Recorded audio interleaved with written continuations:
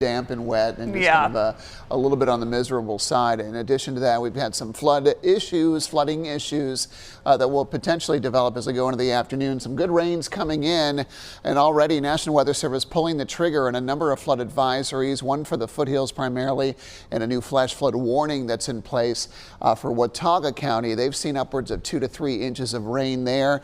It's been a little more spread out over the foothills, but the axis of good rains now coming in from the south is going to bring some good rain and good rainfall totals into our western counties, where we could see totals exceed 3 and even 4 inches in some locations. The Triad has not gotten much. I'm going to give you a list of rainfall totals here in a moment.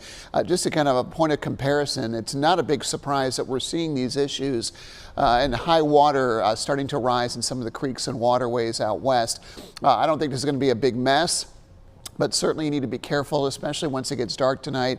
You can be moving at highway speeds and all of a sudden see some ponding of water on roadways, and that can cause some issues. But excessive rain at times, we're going to see pockets of heavier rain begin to slide in. The axis of rain is slowly easing through the area. Big winter so far has been in Boone, 2.65 inches of rain as of last hour, and between 1 to 2 inches of rain in places like Jefferson, Hamptonville, Wilkesboro, Mount Airy, Sheffield. Lesser totals the farther east to go. Winston-Salem coming in with just about 4/10 of an inch of rain, and the rain has started there again. Mount Airy over an inch now. Stanleyville down to Greensboro, some decent rainfall totals, but again, not the high totals that we're seeing across many of our western counties at this hour. Taking a look at how things are going to fare from a flood watch perspective, we are expecting at least a decent amount of rain over our area. Our temperatures have not warmed as a result of that. We're seeing some mid to upper 50s over our southern counties, lower 50s in the foothills and over the bulk of the Piedmont Triad, where it is actively raining.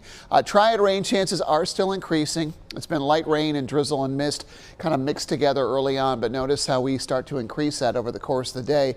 Very little movement as far as temperatures go. Highs will be somewhere in the mid to upper 50s later this afternoon. We're running a little cooler in the very wet foothills right now, but still warmer than the average highs of around 47 degrees. High rain chances through midnight, then they start to break apart after that as they start to slide into the Piedmont Triad.